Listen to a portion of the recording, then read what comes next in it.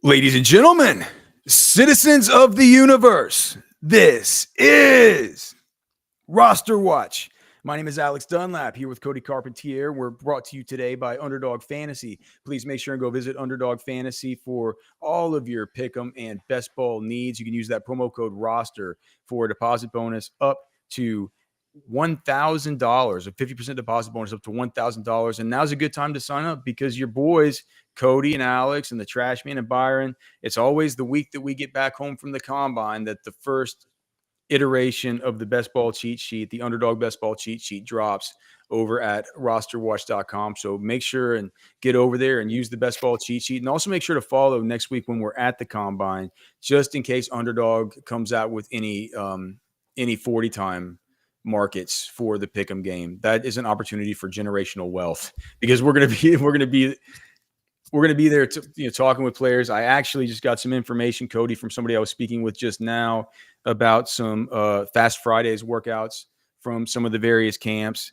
And you're going to be I don't want to put it out there just yet because I don't want anybody getting the information, but we're going to get some really fast times on Shamar Stewart and Walter Nolan. Much faster than you would have thought. This is the thing. This is the thing. There's not a lot of people in the streets that talk coherently about 40s. So anything that those books can get their hands on, they will. Yeah. So I've been very smart and very, very thoughtful in my Twitter strategy, in my conversation strategy on podcasts, because I don't want to predict something and then go to make a bet and it's all of a sudden you can't because it's the number you said or something like that. Right around that ballpark. It's going to be a lot of good value, so stay locked in. Again, promo code ROSTER over at Underdog Fantasy to get that 100% or that 50% deposit bonus up to $1,000. Thanks so much to Underdog Fantasy. And thank you guys for being here. Got a lot to get to, Cody. Combine preview. We're going to be in Indy, flying in on Monday. So we're going to be there with coverage for basically Tuesday when it starts, all the way through the end of the next weekend. It's always a monster trip. Certainly looking forward to it. What is it that you're what are your burning? Can I start out with my burning question?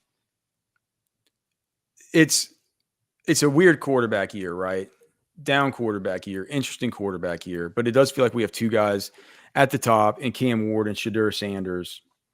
It does not feel to me like a year wherever any of these guys is going to have the luxury of saying, for any reason outside of medical, that I'm not throwing until my pro day. I'm gonna sit out on field drills. Do you have any thoughts on this? Because I know Jackson Dart won't. I know Quinn Ewers won't. I know Tyler Shuck came out and said that he wouldn't. I wonder. We always get there, and sometimes we're disappointed because yada, yada, yada's not throwing. This guy's not throwing. This guy's not working out. Sometimes it's for injury. Sometimes it's just because they'd rather do it at pro day. Do you think that Cam Ward and or Shadur Sanders can afford to go there and say, nah, man, I'm out? I don't think so. Cam would be the one because he feels like his name's a little more out of the area of the field where Shador's name feels like it's been more attached to the Darts of the world, and Cam's has kind of been by itself. We've obviously seen the last 2 years Bryce Young show up with his backpack, walk around, not throw. Caleb show up, walk around sweatpants, not throw. Would it shock me if Cam didn't throw? No. Do I expect him to throw? I think so. If he doesn't throw, though, I think it'll be a pretty good tell that he's a lock, which I think he is already a lock to be the first or second pick in the draft. But I do anticipate he does because his name. I mean, the weird thing, Alex, I guess, is his name hasn't been in the forefront of anything other than just the fact that he's just thought of as he's going to be a top 3 pick. That's what it is. Does he have anything to prove? That's the question you have to ask yourself. Does he have? Can he hurt himself? Can he hurt himself is the question, right? Well, look, I think, I hate to say it, I think he probably could. If he goes, I don't think he would. I think Cam Ward's a good player. I don't think he would go out there and, completely, the bed But I do think that there have been times where people have said, gosh, that was a bad combine, or that was a bad pro day, or that, go watch like the Teddy Bridgewater pro day. It's up on the whole pro day is up at RosterWatch, right? People came out of that thing. They're like, what did I just see? I mean, if it was if that was a what did I just see kind of thing, I think it could probably hurt him. But I guess you're right. I guess it would be a big tell. It's like he knows somebody's moving up to number 1 to get him, or, Tennessee's going to take him, or whatever it ends up being. He's going to have to throw at some point. It's not like he's not going to be able to not throw at a pro day. Do you think it's more likely that Shedeur Sanders throws than Cam? See, that's just a wild card. Shedeur is himself is just a wild card, because I mean that's he came out and Field Yates did it. Field Yates from ESPN has his show with Mel, and I was listening to his mocker. It was horrible, but he did a mock and he had like audio from Shedeur where Shedeur was like, I ain't going 6, blah, blah, blah, blah, blah. Like he was like complaining because Field projected him 6. He's like, I ain't going 6th. And like, I guess if there's like this train of thought from that camp that like, what, because he thinks the Raiders will trade up, or he doesn't? I don't know. Raiders. I don't know. That's what I'm saying. I don't know. Like, okay. if his logic is that like, I ain't going 6. Like, remember like Deion, when Deion, obviously I'm a little aged past being coherent at the time of Deion being drafted. I don't even know if I might not even have been born. What year was Deion? It doesn't matter. Anyway, Deion didn't take interviews at the combine with certain teams because he's like, you're not going to draft me. I'm not going to be available when you're up. Right. That's a known thing. So I wonder kind of silly because they can always trade up. I wonder if that's part of the thought here, is that like maybe that the Browns already know that they're taking Shedeur, or maybe the Raiders have already said, we're going to do all things possible to trade up to get you at 2 or 3. Maybe the Giants have said, you're not going to fall past us. Like those conversations could have been already had. It's February 18th, Alex. It ain't March 18th. It ain't April 18th. Like we're going to get some more information over the course of the next 2 months, but it's a decision that has to be made. I mean, both these guys are going to have pro days, controlled environments. They both have the same quarterback coach. There is a possibility that if one doesn't throw, the other one doesn't either. Because, I mean, like I said, they're the same quarterback coach. They're good friends. I mean, you can watch these guys throw every single week on their damn YouTube channels, and they're both conversed in this top 5 conversation way heavier than anybody else is. And they, as some people may not be fans of one or the other, but they're a clean tier ahead of everybody else in the class at the quarterback position. So would I be completely shocked, Alex, if we sit down a week from Saturday at the combine, Lucas Oil Stadium, and Cam Ward and Shedeur Sanders are walking around with a football in their hands, tennis shoes on, sweatpants, sweatshirt, hoodie, not throwing the football? I would not be shocked. No bull sweatpants and no bull shoes. If they're still this, I'm guessing they're still the sponsor for the apparel there at the NFL Scouting Combine. Can I ask you one more though? Because you've went on the show with Matt last week and you're talking about it. I don't think we've had a fair shake about it on a show. Travis Hunter. And the fantasy football conversation can be had later. He got the DB notation for the combine. I was expecting this. My question isn't about what's he going to do in the NFL. My question is, Alex, he's going to be out there doing DB work on Friday. How many scouts, or how much will it take for somebody to get Travis Hunter to show back up on Saturday night and run some routes? I don't think it would. I don't think it would take. I mean, I kind of think he'll do it.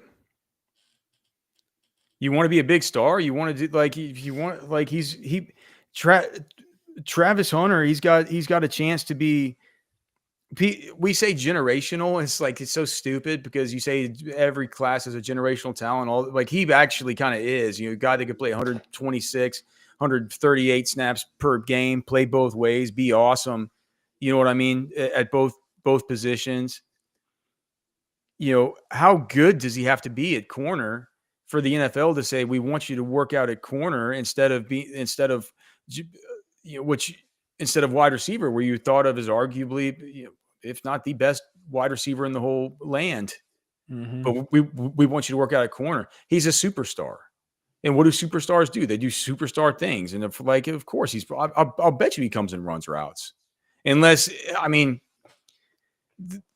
the only way that the only thing in my mind that makes me think that he wouldn't is maybe since he's doing combine specific training right now, his on-field work is going to be mainly for the DB drills, right? He would have to be doing the wide receiver drills as well. I don't think he's just going to want to go in there and run a gauntlet or something cold. You know what I mean? Cody,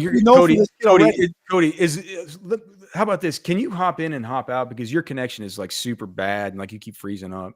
So why don't you hop in, hop out, and I will talk about some of these other guys here while we're waiting for. Oh gosh, how do I get this off? Design. What do I got to do here? Just put on this. What is that? 24? No, week 14 picks. Let's not do that. Let's do that. All right. One of the other interesting ones that I'm watching that we talked about is just as far as the quarterbacks, again, just Jalen Milroe. What's going to, are we going to finally get back to the spot with Milroe wherever he can? Let me see. Cody's coming back in now. All right. So there, let's see if you're better. I'm not sure you're going to be because you're already freezing back up again. So, what do you mean? What am I? I'm perfect on my side. Yeah. I don't know. Yeah, but I was talking about Milroe, about how I think that he could possibly be in a spot here to where if he runs super fast, does super well, that maybe get over the bump of the small hands at the Shrine Bowl or the Senior Bowl, and the fact that he didn't have a good Senior Bowl week, and the fact that he has just such an up and down career. This is the kind of week where if he has an Anthony Richardson week, people can just be like, well, if we're just taking a bet on athleticism, we're going to put him right back up to the top of the heap. I think that's what we're about to see. And that's going to be followed up by a pro day where it's going to be set up for him to look really good and stuff. I think we're going to come into a situation here where Jalen Milroe kind of has a little bit of an upward crest as far as the way that he's viewed by the NFL and by dynasty leaguers and stuff like that. What are your expectations for him going into next week? I think he's going to test great. I think that's the expectation. That's the knowledge. I'm going to go in and I'm not going to double count any of it, because as a quarterback, I don't think he's better than a late second round pick. But as an athlete, he's going to get bolstered up. And I think if he runs that 4.39, 4.38 that there's rumors he might do, people may try and say, well, this guy's a first round pick. And I'm just not ready to get over my skis on that. Like I feel like I've learned a little bit year after year. You learn every year a little bit more of this. And we've talked about it on other shows, but he's got similar hand size to Kenny Pickett, sub 9 inches. He does not have an super elite trait. Like, he's got an elite trait, a good trait in his rushing ability. Don't get me wrong. I fully believe that, but I don't think it's a Lamar Jackson level trait. He has less rushing yards in his career than Lamar had that 1 year. From a pass efficiency standpoint, he's on par with Malik Willis. From a completion or from a pass attempt perspective, he threw fewer footballs this year than JJ McCarthy did last year. McCarthy got hammered for that. Pickett got hammered for the small hands. Lamar was praised and was looked at as a running back by some people because he had 1,600 yards on the ground. And I feel like Milroe's not getting any of the flack that all of those other guys got. And the last time we made that mistake was with Malik Willis, who was a double-digit interception guy his last year in college at Liberty, was not a superstar through the whole process, had a better Senior Bowl than even Jalen Milroe did. Too many things are not, I can't cross enough T's, I can't dot enough I's with Jalen Milroe other than being like, well, he's got this one trait, and I know he's fast, but what has that ever gotten us just at the quarterback position? Well, he's fast. Okay, that's not what a quarterback is meant to do. Let's get into these evals in a second, but just before we do, any other combine preview stuff, anybody you think's gonna I think Devin Neal, the running back from Kansas, is going to run faster than people think. I don't think he's going to run as fast as he says he's going to run. He says he's going to run sub 4.3, which to me at 220 pounds seems absurd, and I don't see it on film. But generally, if these guys are talking like that, he's probably not going to say he's running sub 4.3 and come in there and run some kind of 4.49. You know what I mean? It's like he's doing his testing right now. He's doing his combine stuff. He's doing his work. He's probably he's probably thinking to himself, and his trainers are saying, "Man, you're running fast right now."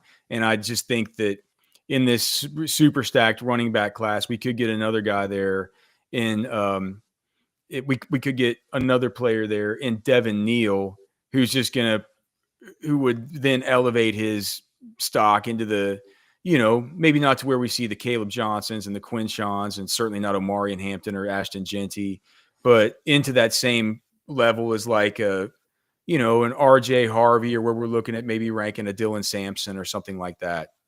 Oh, and by the way, dude, did you flip something on with your computer? No, everything's been the same. You look great now. I am great.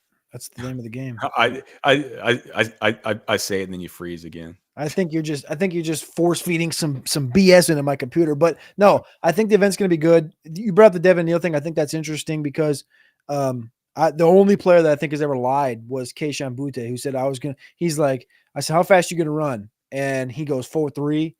And I think he went out there and ran like I don't even know what it was, 4.50 for Keishan Butte. Yeah. Yeah. And it was like, okay. But other than that, guys I'm interested to see. Abdul Carter is supposed to be a complete freak. We already know he's going to be a top 5 pick, the edge rusher from Penn State. James Pierce, the edge rusher from Tennessee, who was once looked as a top 5 pick. There's rumors he might run 4.40 at 245 pounds, which I think could vault him back up into that conversation of being a top 10 pick.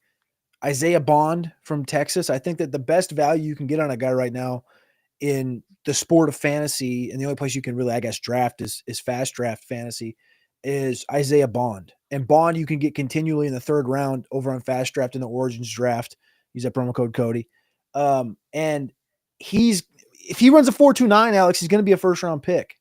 So as far as like your stock rising at the combine, I don't know if anybody can gain as much in the fantasy football conversation as a guy like Bond. And I guess if Neal runs in the 4.3s, that would definitely help him at the running back position. But at receiver, I think it's Bond. And then I think Savion Williams, who we've talked about, from the athlete from TCU, like just what's going to transpire with Savion Williams, because we haven't seen him. Out of sight, out of mind. And he didn't go to the Senior Bowl, was supposed to. What's he going to look like? What's his measurements going to officially be? What's he going to run?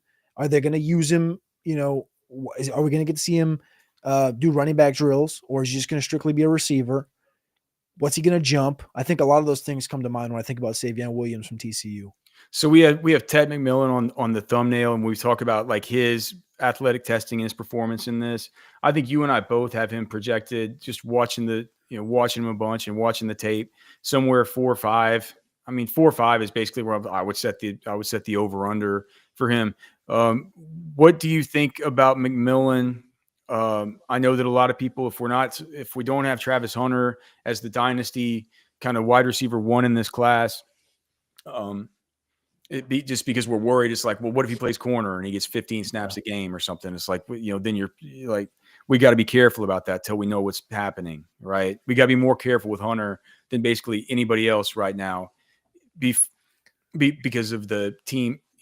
Other guys, like, look, there's going to be other guys that are going to, like, if Jarquez Hunter ends up going to the Cowboys, and somebody who you might like a little bit better than him at the running back position, like Caleb Johnson, ends up going to what would be a terrible spot for Caleb?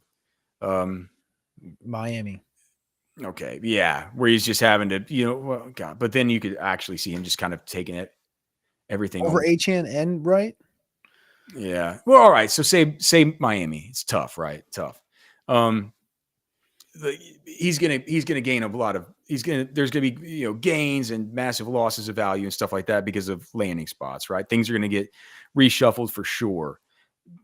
With the same happens at wide receiver, and this with Travis Hunter, it could change wildly, right? It's like we really need to know where he lands before we start messing around with taking too much Travis Hunter. Whereas with the rest of these guys, you hope for the best, and with him, it could be like, no, we're just playing him at corner. Then all of a sudden, if you're not in an IDP league, which most of you probably aren't, you got a useless asset that you spend a first round pick on. So obviously that's going to be really important. But if we just kind of take him off the board for now until we know more about his future as a wide receiver, Ted McMillan, I'm pretty sure he's the consensus. I know you have Luther Burden ahead of him for now. I'm still struggling with the Luther Burden, Ted McMillan breakdown here. What do you, if Ted McMillan were to come in and based on what you've seen of him and the fact that it's hard for me to get away from the kind of Mike Evans, Drake London sort of prototype with him. What if he came in and ran a 4.44? I don't think he will. But what if he did? I don't think he will. That's not in the range of outcomes for me. I don't think he has that in his bag. We know from the Friedman or from Bruce Feldman's Freakless last year that he admittedly said, you'd be surprised at what my vertical is. Many people think it's 40 inches. It's closer to 33 and 34. He's been marked at 21.8 miles per hour. That's a 2 mile per hour increase from his first year at Arizona. 21.8 is quick, but it's not pushing 23, which is when you start seeing guys hit that 4.4 and below area is, when you start seeing the 22.8, 22.9. I don't think he's going to be in that range. He's also, he doesn't also have to. It's not his play style. Like he's going to be 6'4", 6'5". He's going to be 205 to 210. He's going to be similar to a Drake London. I think I got him for a 4.52, which I think is fine. His play style is not, I don't think, something that needs to have 4.4 wheels. I think how fast did Christian Watson run? Do you remember? Christian Watson, I think, was like a 4.39. Well, he has some 4.36. He has some similarities to Watson. I admit he's not as fast, but that was a tiny bit of a surprising outcome for him given his size and play style. Yeah, I think I'm much more reserved on the Tetairoa McMillan thought process. Like, I think he's a good player. I'm not in the boat that says he's locked in like top 10 player, top 12 player. But maybe it's also part of my likingness to play style. I like the guys that are between 5'11" and 6'1" and 190 to 205 pounds. I like that, frame. I know that there's room in the league for old school players like the Mike Evanses, like the T Higginses, the Drake Londons, Christian Watsons and stuff like this. I like Equinemius St. Brown was not, people hated this. I talked about this on a show with Theo Greminger over on Player Profile there like 3 weeks ago. And I said, like, you think about like a floor for Tetairoa McMillan, I think of like an Equinemius St. Brown. And he's like, well, you cannot say Equinemius St. Brown in the same sentence as Tetairoa McMillan. And I said, but why? Why can't you bring the guy he ran a 4.48. You know what his genes were. His dad was Mr. America, or Mr. whatever it was, Mr. Universe, 6'5", 214 pounds. His dad, John St. Brown, was he said, you just talk about the genes. He said specifically, I remember he used to come on local radio and here in Austin. I even forget why. He was friends with some DJ or friends with one of the sports guys, right? And he even said, like, it was a time when all of his kids were starting to kind of come out and sort of be known on the scene in high school and stuff. And he's like, dude, this was all by design. He's like, whenever you get married, like, he's like, whenever you're like me and you get married, man, you got to make sure that like the mama is going to have the good genes to where they get passed on to your kids and stuff too. Like, he's a really eccentric guy, but he did say, like, in looking for his like wife, he's like, he wanted her to be like a good mate for what his kids were going to turn out to be physically. And we all know that he's an interesting dude too, where he tells his kids not to stretch and stuff because cheetahs don't stretch and all. he's a pretty interesting dad to have for sure. But I think that's a real floor comp for him, and nobody wants to hear that. And it's like that. Equinemius St. Brown at Notre Dame broke out at 19 years old. Like, he's got a 70th percentile breakout. He had almost 1,000 yards his sophomore season at Notre Dame. Yeah, he was drafted in the 6th round, and yeah, he's not I think you could say Tetairoa McMillan's a better talent. 100%. Like, you can go over there to RosterWatch.com. You can read the rookie write-up. Like, this kid was the number 2 recruit in his recruiting class back in 2022 behind Luther Burden. Like, he's got elite overall length. He's a contested catch guy. He had 29 missed forced tackles this last year. He led college football. Like, he's a productive X. I think he's got the abilities. Like, I've always talked about T. Higgins as like a beta alpha. Like, he's not a true alpha in the sense of like the Moss, the Jamar Chase, this thing I look for. I don't see that in a T. Higgins. I don't see the same thing in Tetairoa McMillan, which I think is part of why I don't believe the guy is a true X or a true alpha wide receiver, though he'll play in that spot. I think there's hot and cold stretches you saw at Arizona, though he's got this great connection with Noah Fafita. I think he lacks the quick twitch, which is exactly what I'm talking about with the Jamar Chase, Randy Moss, the profile that I'm looking for. I think he's fine.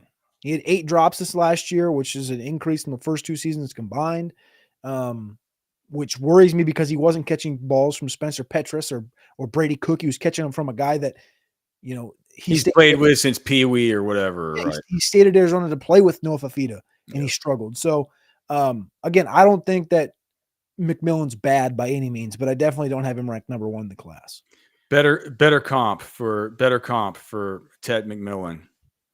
My comp, who you mentioned, T. Higgins, or your first comp, Drake London?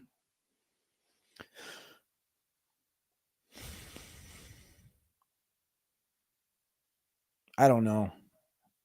T. London, Drake Higgins. I think they're both pretty fantastic. This is Anthony Richardson. You're listening to Roster Watch. This is AJ Brown, and you're listening to Roster Watch. This is Josh Allen.